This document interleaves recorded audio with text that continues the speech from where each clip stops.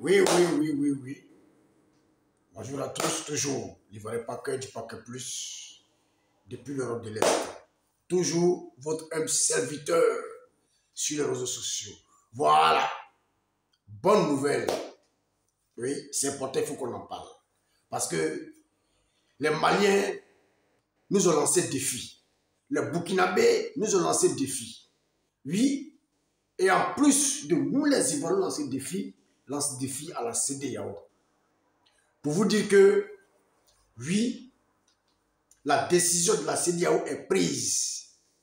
Oui, la décision de la CEDEAO est prise. Oui, pour vous dire que la CEDEAO ne reculera pas. Oui, ne reculera pas. Voilà. Et que si la gente au pouvoir à Niamey ne quitte pas, ça sera un coup de force. Oui, ça sera un coup de force. Oui, et les choses se confirment. Le Sénégal a décidé d'envoyer ses troupes. Le Nigeria, déjà positionné à la frontière. La Côte d'Ivoire, lui, a aussi décidé d'envoyer ses troupes et ça a déjà commencé. La Côte d'Ivoire a déjà commencé à envoyer déjà ses troupes. Et je vais vous montrer la vidéo. Parce que nous, on n'est pas pour parler. Oui, les Maliens nous lancent des défis. D'autres disent que non, voilà, vous dites que vous êtes fort. Comme j'ai écouté le frère sur le de Paris. Non, vous dites que vous êtes fort. On vous a pris 2 soldats au Mali. Oui, vous n'avez rien fait. Non, ça c'était entre nous, les frères. Voyez-vous un peu, c'était entre nous, les frères. Et c'était le président Santana, comme vous le savez, c'est un président de paix. Quand il pense, oui, à ces nombreux Maliens qui sont en Côte d'Ivoire, et quand il pense à la population malienne, à leur faire une guerre, vraiment, ça allait beaucoup peser sur la population malienne. Donc, vraiment, il a beaucoup réfléchi. Il a dit, bon, mettons bas la terre, négocions, oui, le temps que ça va prendre. Voilà. Mais cette fois-ci-là, il n'est plus à la tête de la CEDEAO. Oui. C'est un Nigérien. Et vous connaissez les Bodas. Vous connaissez les Nigériens. C'est des gars là, les anglophones. Peut-être là, ça ne travaille pas. Oui. C'est des gars qui sont programmés comme des robots. Oui. Eux là, ils ne sont pas dans demi-mesure. Donc, nous, on a décidé de les accompagner, puisque c'est la CEDEAO, donc on en fait partie. Voilà, pour vous démontrer que la Côte d'Ivoire est en puissance. Oui. Et que ces poutistes vont fléchir genoux. Avant même, oui, avant même que le match ne commence, vous allez voir. Avant même que le match ne commence là, ils vont fléchir genoux. Allez, ici, samedi soir, ils vont changer d'avis. Oui, ils vont changer d'avis. Ici, samedi soir, ils vont changer d'avis. Parce que à l'heure où les choses s'en vont là, c'est même pas bon pour eux-mêmes. Oui, parce qu'une guerre, ça demande beaucoup de moyens. Oui, ça demande beaucoup de moyens. D'abord, le carburant. Quand vous voyez le Mali, pays pauvre. Oui, pays très pauvre. Vous êtes sûr que ceux-là, ils peuvent faire guerre pendant une semaine. Parce qu'il faut du carburant. Et ils vont prendre le carburant là-haut. D'abord, même, ils sont endettés jusqu'au cou. Oui, la Russie a mis une dette jusqu'ici. Oui, qu'ils doivent payer. Donc, vous êtes sûr qu'ils vont prendre les armes. D'abord, mais qu'ils doivent là, prendre pour aller faire la guerre, ils vont tout gâter là-bas. Oh, vraiment. C'est-à-dire que quand j'ai écouté certaines analyses, oui, cette guerre-là, puisqu'il y a le Mali, il y a la Guinée, le Burkina, donc c'est vraiment, ça va chauffer. Des plaisantins.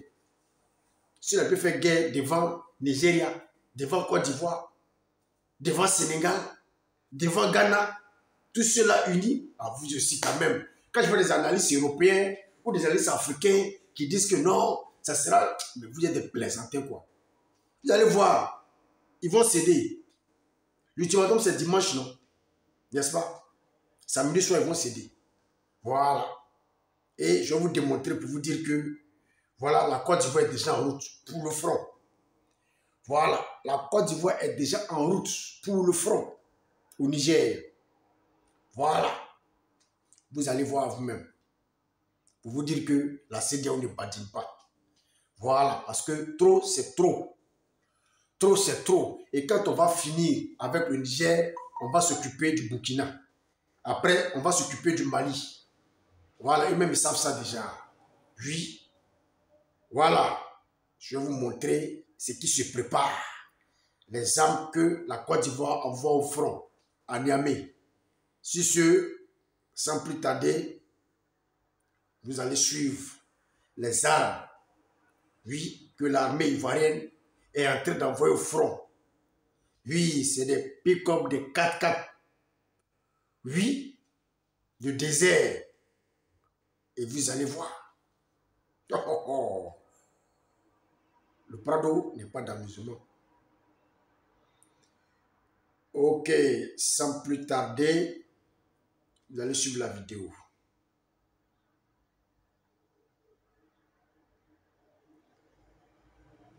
Sans plus tarder, on va partir. Parce que les Maliens ont trop bouche. Ils ont trop la grande gueule. Qu'on a les armes. Des vieux avions. Oui, de 1900, je ne sais combien, que la Russie a essayé de retaper pour vous revendre avec des moteurs fatigués. Hein? Avec des moteurs fatigués. Et lorsque ça démarre, lorsque ça décolle, il y a plein de bruit qui consomme beaucoup de kérosène. C'est ça qui vous fait guerre. Des vieilles voitures fatiguées. Eux-mêmes, là, la Russie m'a problème en Ukraine. Eux-mêmes, ils ont besoin d'armes pour aller combattre l'Ukraine. Ça fait 1 an et demi que là, ça dure. Ils n'y arrivent pas. Ils ont sorti tous les derniers cris d'armes contre l'Ukraine. Mais jusque-là, ça ne va pas. Ils ont sorti les missiles sol-air, les missiles dernier cri, fabrication dernier cri. Mais jusque-là, ils sont dans le problème. Jusque-là, ils sont dans le problème. Oui, jusque-là, ils sont dans le problème. Jusque-là, l'Ukraine les fatigue. Plus de 100 000 morts russes. Plus de 100 000 morts. Une puissance, hein? Une puissance, d'après soi-disant la deuxième puissance ou la troisième puissance au monde, qui souffre, qui souffre, oui, qui souffre avec une petite puissance. Oui, de rien du tout. Ils ont déjà 100 000 et quelques morts. Oh, la Russie, la Russie, la Russie. Et la Russie. Des plaisantins. Ceux-là, quand ça va commencer, ils vont vous abandonner. Ils ont fait ça à la Côte d'Ivoire, ils ont fait ça à Gbagbo. Ils ont fait ça à Gbagbo. La Russie va nous défendre. La Russie va nous défendre. Mais dès que ça a commencé là, vous avez vu les Russes, ils sont jetés en brousse. Oh. Ils sont jetés en brousse. Donc ceux qui pensent que la Russie va venir donner un coup de main, voilà, la Russie va venir se mêler de cette guerre-là, c'est des conneries, c'est des grands peureux. Les Russes là, c'est des grands peureux. Eux là, ils sont forts de la propagande pour pouvoir vendre leurs armes. C'est tout. Ils sont forts dans la propagande pour pouvoir vendre les armes. C'est tout. Prenez les terroristes, les Wagner au Mali. Jusque-là, jusque-là, ils ont fait quoi? Beaucoup d'entre eux sont morts au Mali. Beaucoup d'entre eux sont morts au Burkina. Oui, beaucoup d'entre eux sont morts au Mali. On a vu même des photos. Beaucoup d'entre eux sont morts au Mali. Ça veut dire que c'est la propagande. Eux, il faut seulement la propagande pour vendre leurs armes. Voilà, pour dire qu'ils sont forts, ils ont été en Syrie, ils ont fait ceci, ils ont été... Mais au Mali, c'est chaud. Wagner, c'est pas le coup. Quand ils vont finir de tout prendre, or, diamant, bauxite, tout, ils vont vous abandonner. Vous allez voir que cette histoire du Niger, là, ils ne pourront pas intervenir. Eux, c'est des gars qui font la propagande. C'est tout. Sinon, ils ne peuvent rien faire. Voilà, si ce, sans plus tarder, voilà, je vous montre la vidéo pour vous dire que les Ivoiriens sont en route. L'armée ivoirienne est en route pour le front à Niamey. Voilà.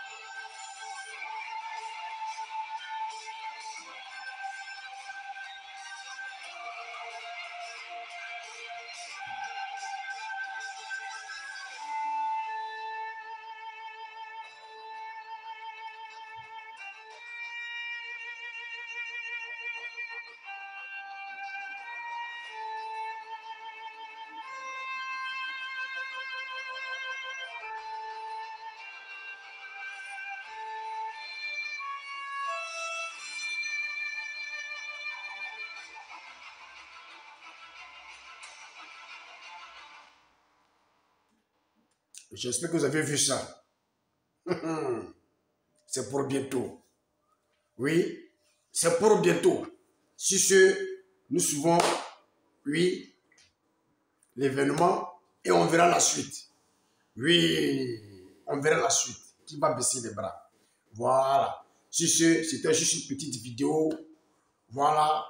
Vous faites part de ce qui se passe. Oui, de ce qui se passe. Mon frère Soulé de Paris, tranquille-toi.